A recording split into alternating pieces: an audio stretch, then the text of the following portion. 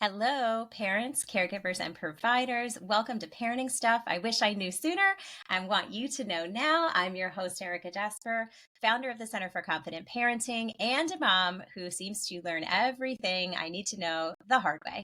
And today I'm joined by Lisa Eller, mom to 3 grown children, as well as a certified teacher, parenting coach with over 25 years of experience with children and families. She has taught children of all ages, as well as informative classes for new parents. Lisa, welcome, and thank you for making some time to join me. Thank you, Erica. Thanks for having me. Yes, certainly. So, first question, since you're a certified teacher and you're a parenting coach, momming has been super easy for you, right? Absolutely. Never any surprises, nothing shocking. I just followed the manual like the whole time. Oh my gosh, And where did you get that? we all are in the same boat, right? We all join parenting, not knowing what's ahead of us and learning as we go. Absolutely. I kind of wish there was a manual. I don't know. I have mixed feelings about that. I'm not big on consulting a manual in the first place. I've been known to just try to put stuff together and look at the manual later. But it certainly would be helpful in certain instances. And it's good to hear that, even if it's what you're the expert in, doesn't necessarily make it any easier when it's your kiddos. And I think what's so hard about that is you're just so invested. It's so personal. You're so emotional. So yeah, we're all in a similar boat. So true. What was there something that was super challenging? Like when you look back on your parenting, this was not a question I prepped you for. So apologies. What were the challenges that you thought were the hardest ones as you were raising your own kids? Two things just jump out at me. One is one that you cover so professionally and so well, which is potty training. Potty training is such a challenge because there really is no control. They're in control. The children are in control of their own bodies and what they're going to do with those bodies. And so it's challenging to teach that. I had a couple of tricks up my sleeve that worked very well. And so that was good, but that was really challenging. And then I would say the next really super challenging thing for me was teaching them all how to drive. And I know that's a huge leap from like 2 or 3 to 16. But my gosh, it just terrified me because I recognized that I was putting them behind a weapon. And I feared for their safety and I feared for the safety around them, of people around them. So it was hard as a parent to put them behind the wheel and send them off on their way. And teaching them was really challenging, I thought. Yeah. Awesome. Such a unique perspective. Usually the people I'm interviewing have, still have young children underfoot. So it is on my radar. My son is turning 14, so it's a little on my radar, but I'm pretending it's much further. It actually is because I'm terrified of that too. Well, what's really funny, actually, I remember the day my son got his license and we went back home and then he said, I'm going to go meet my friends out. And he got in the car and drove away. And in that moment, had an instant flashback to the day I dropped him off at kindergarten. And he said, goodbye, Mom, I know how to go. And he just walked down the hallway away from me. And there he was driving down the road. And it was a flashback of that.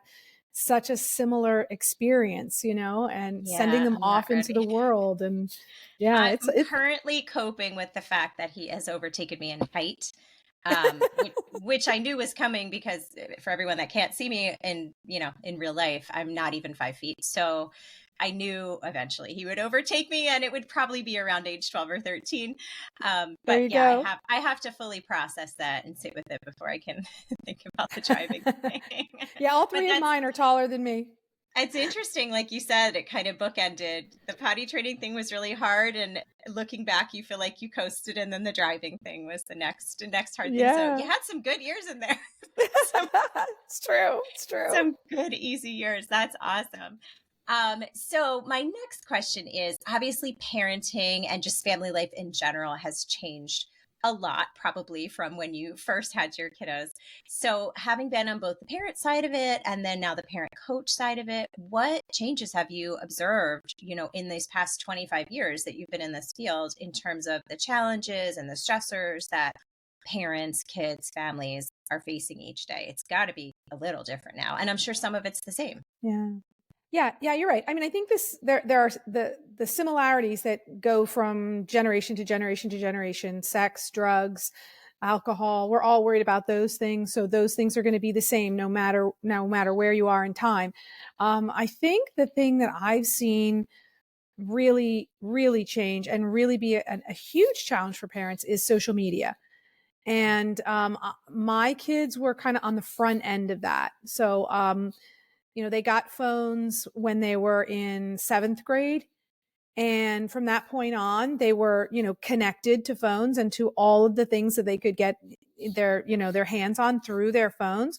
I think that it exposes them to a lot of negative resources. I mean, of course, we all agree that social media and the internet really opens up our world and really gives us an opportunity to learn and explore things that we absolutely didn't have our hands on years back. But the negative exposure, I think, is really, really challenging. And social media specifically paints a picture, a false picture, I think, that everyone's lives are perfect. And that's just not the case, right? We all know that's not reality.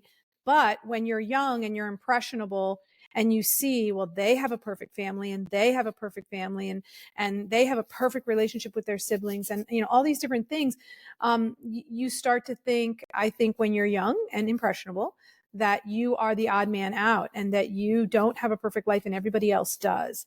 And I think that can be anxiety inducing, as well as creates depression. And I've seen a lot more children with anxiety and depression recently than I have ever seen before. Mm-hmm. And I think social media is a huge contributing factor. Absolutely. And to add to that, I know personally, but also from the parents I talk to, just a lot of battles over tech, like how much screen time is playing video games, mm-hmm. hopping back on the phone, watching TV, getting on the computer. Obviously the parents have maybe different ideas on how much time is too much than a kid may. And so I'm sure that's something that we aren't just coping with.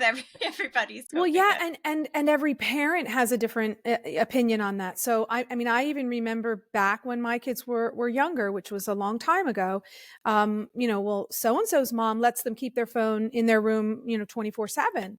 Well, I didn't do that. They had to bring their phones out at night. They went to a general area where everybody charged their phones overnight, and then they got them again in the morning. And that was because I didn't want them up at 2:00 in the morning talking to friends or, surfing the web or whatever, or playing games. That they were doing that as well. And so, those were my guidelines, but I had to, as we do as parents all the time, compete with the rules and regulations in all of their friends' homes as well. Mm-hmm. And so I think that's probably, gotten much worse over the past 20 years, where it is, such a central focus of our lives, our phones and our computers and all the different ways we are connecting through social media. How do you rein that in? How do you put boundaries on that and limit that and help them recognize that just because they saw it online doesn't mean it's actually true? Mm-hmm. That's a really hard concept for them to understand. Well, I read this, and so this is true. You saw it on Twitter. That doesn't mean it's true. Somebody put it on Twitter. That doesn't mean that they're an expert or that they really know what they're talking about. And so that's a real challenge. Yeah. So in addition to that, what type of topics, issues are you typically helping families tackle in your coaching, just so we know we're not alone? Yeah, there you go. I would say that one of my main area, I have two main areas of focus. So the one area of focus is educational awareness, educational structure within the home. And having an education background, it gives me a little bit of an advantage to a parent who might not. And so I help both the parents and the students with creating good study skills, time management, lifelong skills that not only are going to benefit them throughout their educational life, but actually in their careers as well. When you think about it long term, really important that we have the ability to manage our time well and prioritize, what needs to be done right now and what doesn't need to be done for another 2 weeks or whatever. So that's a real focus for me, helping students prepare for college applications. So do you have the courses that you need for the area of study that you want to go into next? Are you well prepared? And that has to start as early as 7th or 8th grade. Mm-hmm. So, really important that parents are on top of that. So that's an area that I help guide them.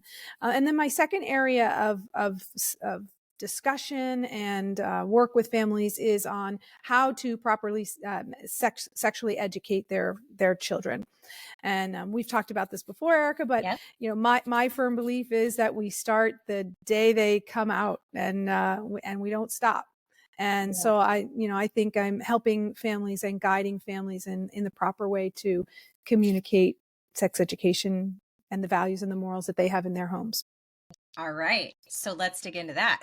That's the real reason I invited you here. But I do want to touch on it because we're pretty free and breezy in our house. We're very open. There's nothing we won't talk about. Our son knows he can come to us with anything. Nothing's probably going to shock me, and I'll give the best answer I can give. But that doesn't necessarily come easily.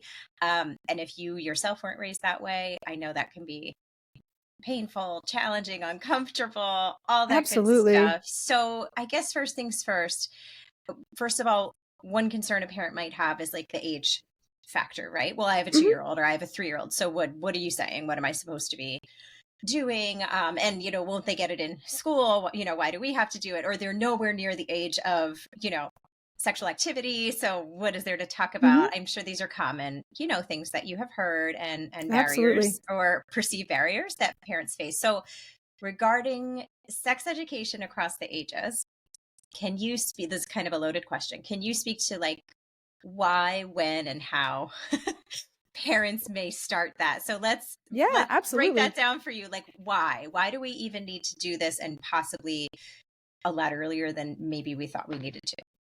So I have a course that I teach that starts literally at birth. So my first session is, birth. It's basically infants and toddlers, and then moves on from stage to stage in each session. And so the why for me is, there are certain elements of life for our entire lives that will always be there. Whether you want it or not, it's going to be there. Sex is one of them. Sex is an important part of any functioning adult's life. And so there's no way to escape that. You have to recognize as a parent, yes, you have a baby, but your baby will one day be a sexually active adult, right? And so why do we start as young as we do? Why do we look? Because it's just natural. It's part of our nature. So when I'm talking to parents who have babies, some of the discussion we have is your child is recognizing its body parts. They are not just discovering their nose and their ears and their belly button like you are teaching them, but they're going to discover all of their parts. And so we're setting the tone right from that beginning exploration. If you smack their hand away from those parts, or if you cringe, or you have some type of a visceral reaction to that, you're sending a message that this is not a good thing, that those parts are not good in some way. The baby might not be comprehending exactly why or what's going on exactly, but they're definitely getting a message that this is something bad. And I personally don't want my children to feel that way. And I would hope that most people wouldn't, because that leads to other problems down the road. We want them to recognize that this is your body, and every part of your body is good and beautiful and wonderful. You should be proud of your body. It's your private body. So if you're teaching them to take control of their own body, then you are also preparing them for safety down the road as well. And, there are so many different topics about safety that we get into once we start talking about, children as they get a little bit older. But the understanding that your body is a good thing, that your body is yours, and that you are in control of your body is something we teach right from day one. And giving them that positive, confident, loving feeling right from the beginning sets them up for success throughout their entire lives. Wonderful. And you mentioned the I forget if you used the word danger, and if you didn't, maybe that's too excessive. But when you're talking about down the road and safety, what for the parent who's like, what are you talking about? How do these things tie together? Educating them early, and your body is good and your body is yours. What are we looking to prevent? Well, we're definitely in a society where we have two working parents in most homes, which means that your child is not with you during the day. So where is your child? Your child is in the care of other people, hopefully trusted people that you feel very confident in and you feel very safe and comfortable with them. But there are bad actors in every environment. And so you are sending your child off and allowing them to be in a different environment for a good portion of the day. And you want to make sure that the confidence, the independence that you have given them right from day one stretches into those environments, so that then when something happens that shouldn't happen, that child feels strong and confident enough to stand up for themselves in that moment, or at the very least, come to a trusted adult and share with them that there's a situation that made them uncomfortable or they felt harmed in. Right. So Whereas, let's say they had smacked the hand away and like that was kind of how we handled it. Maybe we didn't know, but that may get added to sort of an icky experience. And then they don't want to tell anybody about it. That's exactly right, because you've already set the stage for all of that, all of those experiences being negative and bad in some way. And so when we think of something as being negative, when we think of something as being bad, then we don't want to talk about it. It's something we want to hide or something we want to run away from, and instead of facing it head on. And one of the examples that I give in one of my classes is honestly, I have a grandson who is 3. And what I just adore the fact that his mother and father are teaching him to have that independence and that control over his own body. So even within the family, when he's around us, he has the option. You can go give them a hug, or you can give them a high five, or you can give them a fist bump, or whatever you want. You're not obligated to hug anybody. You're not, that's your body and your choice. And I love that, because I think that is teaching him right from day one to be respectful and kind, but also independent and in charge. Yeah. Beautiful. All right. So let's say someone's mulling this over and they're like, all right, well, my kid's not a baby or a toddler anymore. We've already passed that opportunity. Let's go maybe through a couple age groups and just give us a quick example, like to the parent who has no idea how to broach this. Are we waiting until they ask something? Are we looking for an opportunity? Are we purposely, weaving it into our day? Let's say maybe, I don't know, 4 or 5. What's the next age group after preschoolers? Early elementary. What are we saying to these kids, and when do we bring it up, and how? You know what? I would say you are everything you said, all of the above, all of the above. We are always looking for moments of opportunity. You will be surprised if you really start paying attention and really start thinking about it, how often your children ask you questions or point things out to you that have some sexual connotation to them. And bisexual, I'm not just talking, that, baby making experience. I'm talking about holding hands. I'm talking about kissing. I'm talking about hugging. I'm talking about intimacy of any kind. Questions are going to pop up all the time, especially when they're very young, because they have not learned yet that there are some things that might be more private than others. And so they're an open book. So they're going to ask you all kinds of questions. And I would say my first thing that I say in my class all the time is honesty, honesty, honesty, honesty. Be the best resource in the room. You don't want your child going outside and getting knowledge from who knows where that may not be Yeah, exactly. TikTok, right? You don't want them getting knowledge that may or may not actually be accurate. It may also not follow your family's morals and values. So you run that risk if you make yourself a non-valuable resource. So honesty is super, super important. Listen for those moments of opportunity and grab them. Don't run from them. A lot of parents freeze in those moments, right? They where do babies come from? Yeah, you got to be ready. Everyone asks, where do babies come from? So you have to be prepared and you have to answer those questions honestly. Fairies bring the baby, the stork brings the baby. Not a good answer. Just not a good answer, because now when they realize that's not true, they're like, boy, are my parents stupid, Right? They don't even know how this works. That's Now, right. on the flip side of that, I often hear like, only give as much information as is needed to satisfy the actual question that was asked. You don't need to give Agreed. like a Yeah. dissertation, right? Mm-hmm. And the cognitive level of the child who's asking. So obviously we're going to give a very different answer to our 10-year-old than our 5-year-old. And I don't want parents to think they have to like literally sit down and explain the whole bird. Like if your kid says, where do babies come from? That's what you're answering. and Right. briefly. Right, exactly. You're absolutely right. And what I found, I had a child who was very, very inquisitive, and I will tell you that at the age of 5, the basic answers were not satisfying him. So I started with, inside the mommy's tummy. They come from inside the mommy's tummy. That is the correct answer. That is not a lie. It is true. How does the baby get into the mommy's tummy? Was the next question I got. Right. So Two different again, questions. two different questions. So my answer was along the lines of when a mommy and daddy love each other very much, they make the baby together, and the baby grows inside the mommy's tummy until it's ready to come out in about 9 months, and then the baby comes out of the mommy's tummy. Mm-hmm. But how do the mommy and daddy make the baby?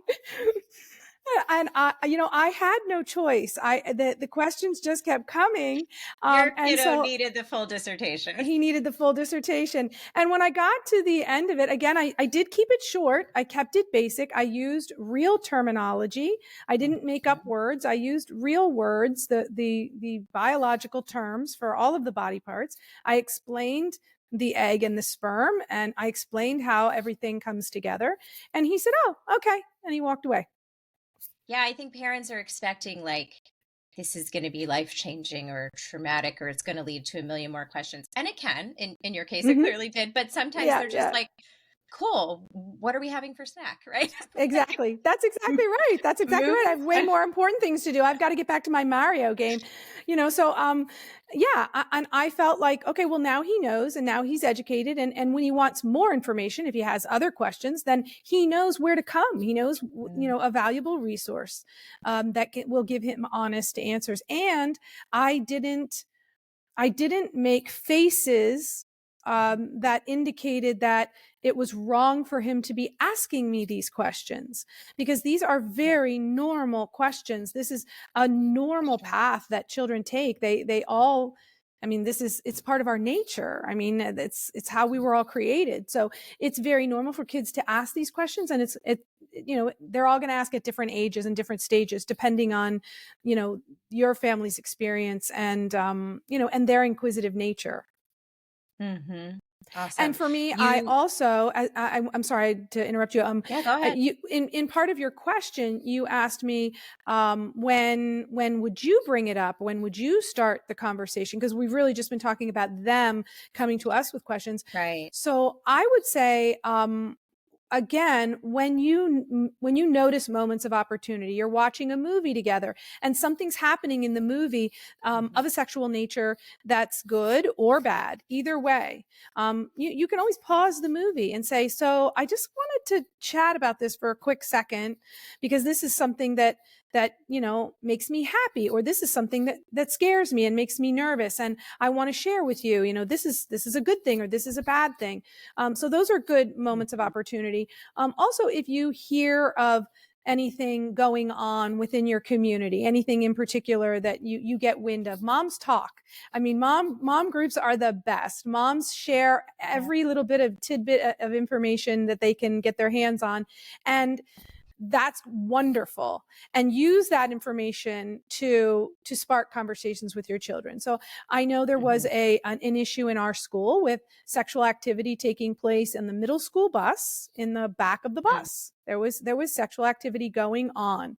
And I found out about that, and I sat my kids down and we had a conversation about what was going on, and the inappropriate nature of what was happening at the age they are. And I was very clear to say to them, these are not abnormal behaviors that adults engage in at some point in their life when they are in committed relationships, but it's not normal activity for sixth graders in the back of a bus. And so I grabbed that opportunity to really share, that information with them. They were not comfortable with that conversation, at all, but it was necessary. Yeah, but it was necessary. I mean, it had to be said. Somebody had to share that with them. And, again, throughout their entire lives, anytime there was a moment where I saw an opportunity to bring something up or share something, I would. And, to this day, I have two 25-year-olds and a 27-year-old, and they all have decided that when it's time for the talk, they're sending their kids to my house. And what a cop out. Exactly. And they all know, though, that an open sexual discussion can be had at any time if any of them are interested. They've gotten to a point now where they're like, okay, I think we've had enough of that, and we're going to go have these conversations on our own. Right. But they know that they can come to me if they have a question or they have a need, because I've spent 27 years chatting with them. Yeah. So awesome. So one more question on that topic, and then I do want to move on to having grown children. You mentioned using the correct names for body parts, providing our kids with the correct names. What can you speak to why that's a recommendation? What is the benefit of using the correct names versus the cute ones that we tend to make up? Well, I think first of all, it goes to your credibility. I mean, it just makes you sound like you know what you're talking about. And using frou-frou words, I don't think are necessarily as legitimate. And I'm not saying that on a day-to-day basis, when you're talking with your kids in the bathtub or talking with your kids in the shower, that you can't use those terms. That's fine. But when you're having a serious conversation of a sexual nature, I think it's important that they know the real names for those parts. You also don't want to send them off into the world not knowing, right? So they hear the word penis and then they're like, well, what is that? I don't even know what that is, right? Like, I don't have one of those. That's right. I have a willy, but so I just think it's important that they're educated. I mean, if you think about it, if they were in a science class or if they were in an English class, you're not making up other words for any of the things you're teaching them there. So it's important that they really be fully educated in the appropriate way. Awesome. That was very, very helpful. All right, let's shift our conversation a little bit. As I mentioned at the outset, most of us still have young children underfoot. I'm transitioning away from that into the teen years, but you have a unique perspective for our listeners because your children are already grown. As you mentioned, they're 25 and 27. Is that what you said? Yes, two 25-year-olds and a 27-year-old. All right. Can you speak a bit about the experience of watching, nurturing your kids transitioning to adulthood? What can we expect? What should we be looking out for? What's amazing about it? What was hard about it? And also, we'll just know there's a light at the end of the tunnel where they aren't quite as needy from moment to moment and day to day. Right. Yeah. I years and years ago, learned a parenting symbol that really stuck with me throughout the years. And it's funnel parenting. So when you think of a funnel, the shape, being like this, at the bottom of the funnel, it's very tight space. It's all very closed in. that represents you being the parent that makes all the decisions, all the choices. You are in 100% control of that child. When a baby comes out, it's helpless and you're doing everything. So everything that you do is self-driven, and you are in command of what happens next. The funnel represents the fact that as they get older, you're losing more and more of that control, and they are gaining more and more control. And it's hard for us to think sometimes that, what do you mean? Like, my 3-year-old doesn't have any control? Well, your 3-year-old does. They have free will. So your The 3-year-old parent that says that has not tried potty training yet. That's right. That's right.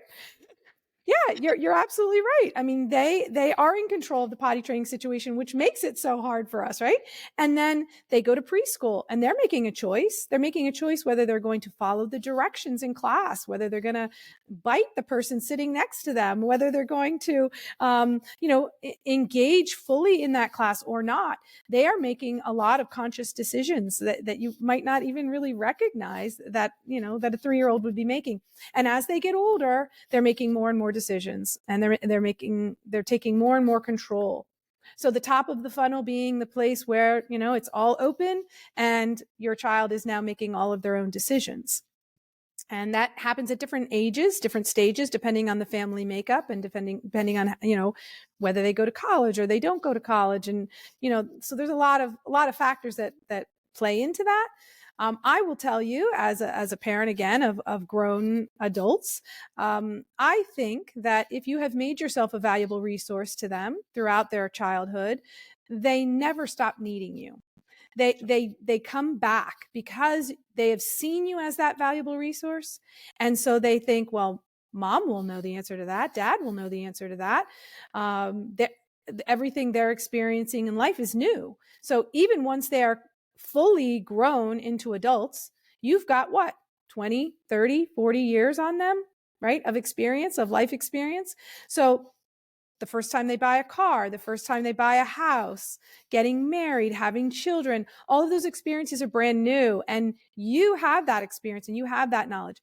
We have to remember to take a step back and not try to force our decisions on them, let them make their own decisions in all those cases. But guidance is often very helpful in making wise decisions. So again, I think that this is why it's critical that we make ourselves really valuable resources when they're young, so that they feel comfortable still using us as a resource as they get older. For me, the joy part of having them be older is having that adult to adult relationship. I mean, it's really fun. I mean, we went axe throwing recently to celebrate a birthday together and shared a couple of beers. And, we enjoy our vacations, adult to adult. We're always planning all these activities. You no longer have to go sit through a movie that you're sitting through just because your child wants to see it. You're actually choosing movies that you might all like. There's just a lot of, adult to adult experience that's really fun. It's really, really fun. I'm loving it. That's wonderful to hear. And I would imagine that the being okay as the parent with the top of the funnel and losing all of that control, and then also from the child side of it, or our kids side of it, for them to be able to take that on, we kind of need to be working on it now, because we don't want it to be such an abrupt shift. Like, totally agree. It wouldn't be helpful to helicopter and then they're on their own, right? No, I think in all honesty, that is a setup for failure. I mean, when you think about it, I remember when my kids went away to college, I started panicking. Did I teach them to cook enough? Did I teach them to do laundry enough? Did I give them those tools that they needed? And I think they felt prepared. And then what I, had to learn was that the things that they might not have been prepared for, they'll learn. They'll figure it out. They'll figure out. They'll shrink that favorite shirt that they had, and then they'll learn not to wash things that way again, right? Live and learn. So, so we have to let go, and we have to let them, make those mistakes and make good decisions, make bad decisions, and learn from all of those experiences. And sometimes that's super hard, but it is what's necessary. And you're right, going from a helicopter parent when, a 3-year-old, and then being a helicopter parent all the way through, and then expecting that your 18-year-old is going to launch successfully, that's just not going to happen. Right. And another thing somebody pointed out to me, which I think is really true, it's, if you don't ever let them have that control and make those decisions on their own, they don't have the opportunity to make bad decisions, make mistakes with you there to help them get out of it. Right. Then if you wait until they're gone, then it's too late. So when they make bad decisions and they're in your home and you're able to sit them down and say, so this was a bad decision, and let's talk about it, and let's talk about how you could have done this differently the next time, and yada, yada. Then they've learned, they've grown. And they'll remember it so much more because they learned it that way. Whereas we could have easily said, no, don't do it that way. Here's another way to do it. But the long-term payoff is not going to be the same. And it's obviously easier said than it is done. I'm reading a book right now. I believe it's called What Do You Say? And it's about the language that you use with your kids. And they talk a lot about being a parent as a consultant. So taking the time to step back and pause and say things like, well, how do you think you could go about solving this? And, I have some ideas, let me know if you want to hear them, which for me is incredibly difficult. It's taken a lot of time and mental energy. It's like a little painful for me, but I can see the results of it in terms of the dynamic we have together, because it's a lot less pushy and directive and all of those things. And then just in like next time there's a situation, maybe he's thinking for himself. So I love that idea of that's trying fantastic. to remind myself to be I still have to remind myself. And actually, to be very honest, my children remind me. Right. If we want your opinion, we will ask. Thank you very much, but we will ask you if we want your opinion. And I've had to take a step back a couple of times and say, yep, that's right. That's the right thing to do. Right. It's funny. It's like you're conflicting, like, oh, I did raise them to be independent and speak up, and now they're using it against me. Right. Exactly. You're absolutely right. That's awesome. So for those of us still navigating daily life with young children, and I say that like I have one, but I feel like I'm a little bit out of the woods, but a lot of our listeners have multiple very young children. Right. Maybe don't see that joyous, adult to adult, have some beers together light at the end of the tunnel. Like, this might be a silly question, but like, and I'm sure it's super specific to each individual, but for you, Lisa, what does your life look like now that your children are grown? Like, what does a day look like? What are you doing? Isn't that so funny?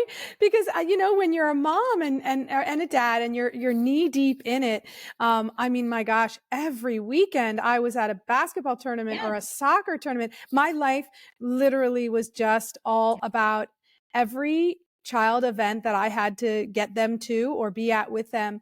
And I remember when, again, mine are very close in age. So when they all went off, to college, I just remember thinking, I can do whatever I want. I don't have to be anywhere I don't want to be. I can be wherever I want right now. And I don't mean that to sound like I didn't love the soccer tournaments or the basketball tournaments or the track meets or whatever I was at. I loved watching my children thrive. I loved being right there on the sidelines, supporting them all the way. It was really fun. I loved it. But I loved regaining my own personal life back. So I think I got back into hobbies that I hadn't done in a long time that I had left behind. So that was really fun. Developing and really expanding on my friendships. I think my friendships really revolved a lot around my children. I spent so much time, and I'm sure all of your listeners do the same thing, with the parents of the kids that your kids are in school with, or live in your neighborhood or whatever. And I got to kind of like go outside that box and make friends in other areas as well, which is really nice. Travel, of course, is really nice. You don't have to worry about getting a sitter. And for many of us, I mean, getting somebody to watch your kids is half the battle. And then the other half the battle is actually enjoying yourself while you're away, because you're, so worried about whether they're okay left back at home, right? And any night out doubles in cost if you have to pay a sitter. That's exactly right. That's exactly right. So I'm really enjoying the fact that I can just, pack a bag and go away for the weekend. And I don't have to worry. And you're right, that cost isn't there. And it's just really nice. And you have a lot of time for me, ahead of you to enjoy all that. Like, I think we just get in this mindset of like, it's so all encompassing, and we do so much that maybe we have to do, but wouldn't prefer to do in that moment. And so little time for ourselves and so little energy for ourselves. That it's nice to hear that, even though maybe it's a little sad on some level for our kids to grow up, there's also something awesome, at the end of that, having this, more of a peer relationship with them that we really enjoy, and doing things we both enjoy. And yeah, getting a lot of that time back and rediscovering like who you are and what you love to do. So true. So true. And I have to tell you, as much as I'm loving it, as much as I'm enjoying it, I'm far out from the separation anxiety that I felt when they turned 18 and they all went away to college. I mean, I cried as I dropped each one of them off. So I knew they had to spread their wings. I knew they had to go to college. I knew they had to have these experiences. I was very happy and very excited for them. I was excited for myself too, as you just said, to regain that freedom. But it was a challenge. I cried, when they left, and then they would come home for breaks. And when they went back after breaks, I would cry a little bit. Just, their presence is so much a part of us. And so, when they're gone, you feel the emptiness. So it's normal to feel that way. You just have to push your way through it. And as you said, look at all the positives that are going to be in it for you, and all the really joyful experiences you're going to have once they aren't in your house every day. Yeah. And I don't like to tell parents, savor every moment, because it's a blink of an eye. And I think that's just unrealistic. We're allowed to not love it most of the moments. If we don't, we don't. But it is, both sides of that coin are true. It does not last forever. I know I have friends that are like, I wish my kids were home more. They don't want anything to do with me. And it feels too soon for that.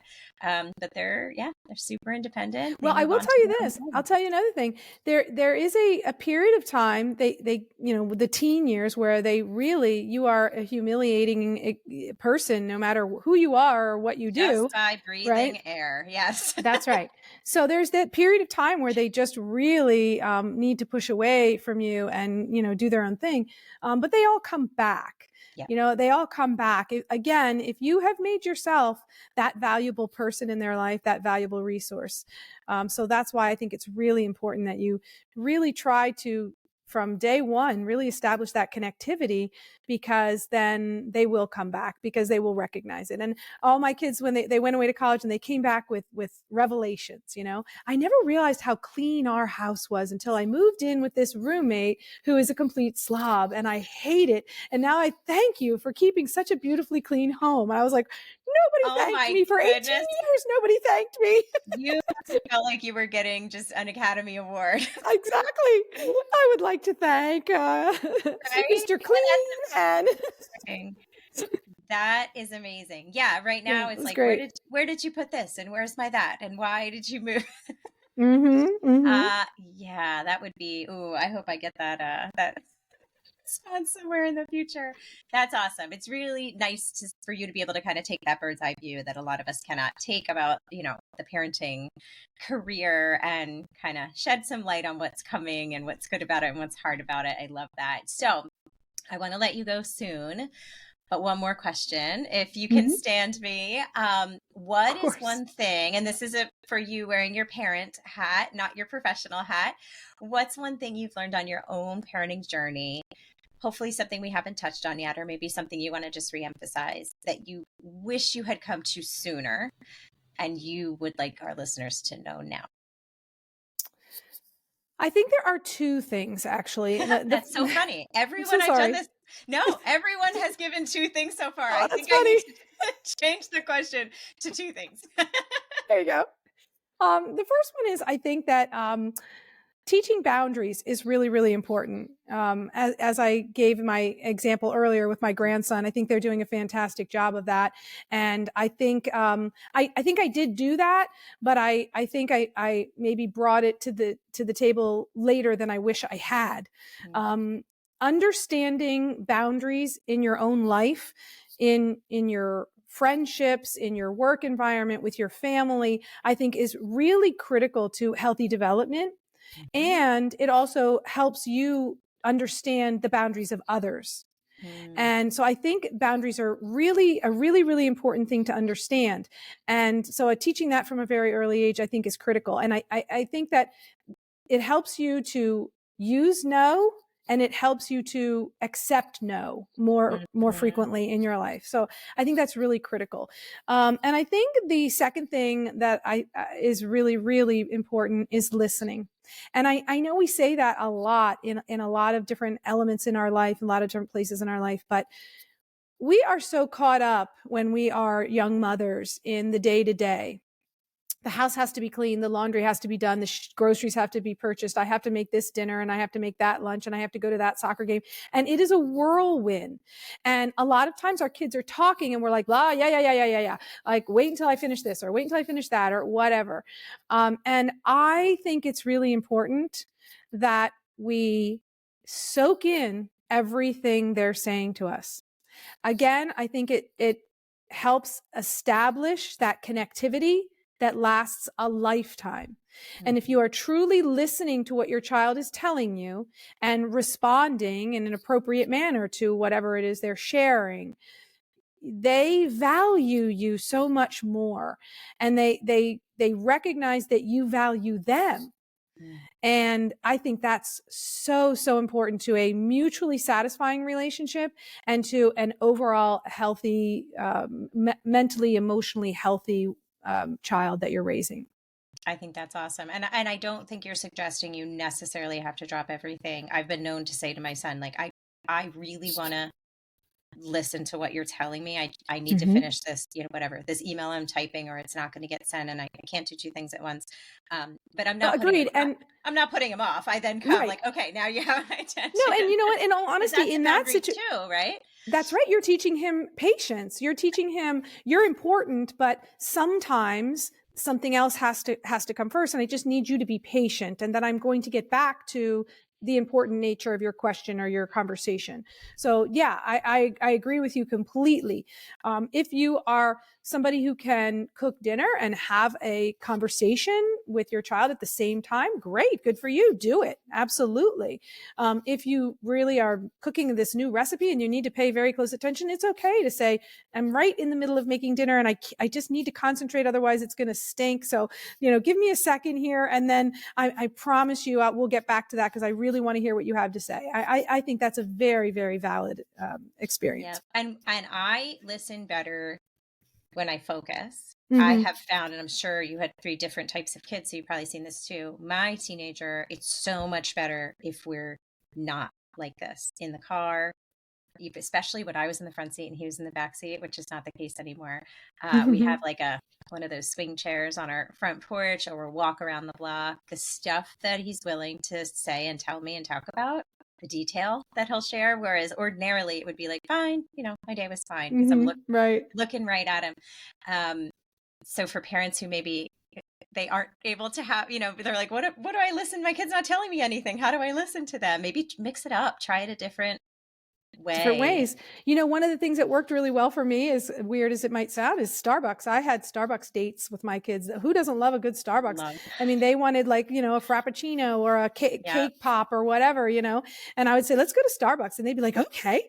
And they Awesome. didn't know I was sort of tricking them, because we would sit down at Starbucks and we would talk, and I didn't have an agenda. There was no, nothing that I needed to, I just wanted to hear what they had to say. I just wanted to hear what they might want to talk about. And it worked every time. And I imagine it was appreciated because there were three of them and they were very close in age. So that was like, they got you, all of you didn't have to share. That's right. Super, super special. Awesome. And back to the boundaries, as an adult who has spent a fortune on therapy with the focus of many, many focuses, but one of them being setting boundaries, holding boundaries, even just giving myself permission to have boundaries. Right. Now that's not the case for everyone. That's often a trauma response, but yeah, just what a beautiful gift it would be. And I agree. for them to understand, like, it doesn't mean anything about you. If I can't focus on you right now, it's not because you're not worthy of my focus. It's because I just can't do two things and I'm busy right now. Right. There's so much that can be misconstrued about boundaries. Absolutely. Absolutely. Really good point. Really good way to teach that. Yeah. There's a really good book out there. It's called Boundaries. Okay. That's the title. Yes. And it's written by Dr. Cloud. Okay. And it is a fantastic book. Each chapter discusses boundaries in a different realm of your life. And what I loved about it was, I would read a chapter and I'd be like, oh yeah, I do all those things. Like, that's great. Like I've got boundaries in that part of my life, and that makes me feel really good. And then I'd get to the next chapter and I'd go, oh my gosh, oops, I don't do any of these things. How is it that I could have boundaries in this part of my life and not in this part of my life? So, then it was training me how to create them in the areas that I was not. And it was a life-changing book for me. Really, it really was. It was really, really beneficial. And it helps you. Than therapy. Yeah, see, there you go. That's right. And what I found was that once I read that book and I had a better understanding, I was better set up to, present them to my children and make sure that they understood what they were. That makes so much sense. Those were two excellent tips. We have not had those yet. I'm so appreciative of that. Lisa, thank you so much for joining me. I will be back soon with more stuff that I wish I knew sooner. In the meantime, I will leave you with my list of stuff that I have learned the hardest way. It could be much longer, but I'm keeping it to 4 things. Number 1, accept help when it is offered. 2, ask for it when it isn't. 3, you are the expert on your child. Trust your gut. And finally, 4, if you need to be the squeaky wheel. Thank you, everyone. I'll be back soon.